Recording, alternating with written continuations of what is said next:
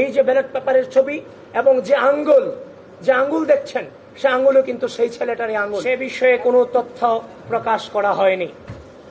অনিরাপদ ছাপাখানা থেকে ফাঁস হওয়া নকল ব্যালটের মাধ্যমে ভোট কারচুপির অভিযোগ ইতিমধ্যেই এসেছে। উল্লেখ্য যে 7 সেপ্টেম্বর 2025 তারিখে নীলক্ষেতের গাউসুল আজম মার্কেটের একটি ছাপাখানায় ডাকসু হল সংসদ নির্বাচনের বিপুল সংখ্যক ব্যালট পেপার অরক্ষিত অবস্থায় পাওয়া যায়, যেখানে ঢাবি প্রশাসনের কোনো নজরদারি ছিল না বলে নিশ্চিত হওয়া গেছে। প্রিয় সাংবাদিক বন্ধুগণ, ব্যালট এই নির্বাচনের প্রধানতম গুরুত্বপূর্ণ জিনিস। সে জিনিস অনিরাপদ অবস্থায় 7 তারিখ রাতে সেখানে পড়ে থাকবে। আশা করি সেটা আপনারাও মেনে নেওয়ার মতো পরিস্থিতিতে নেই।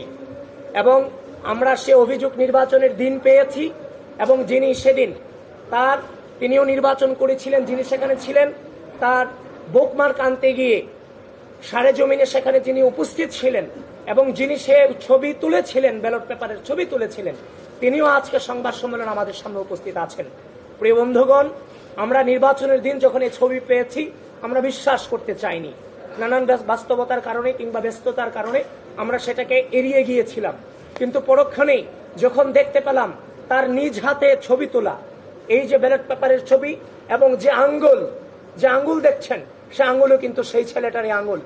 এবং সেখানে আমরা সেই ফোন থেকে আমরা আইফোনে ছবি তোলা, সেখানে 7 সেপ্টেম্বর 2025 রাত 12:57 AM লেখা আছে।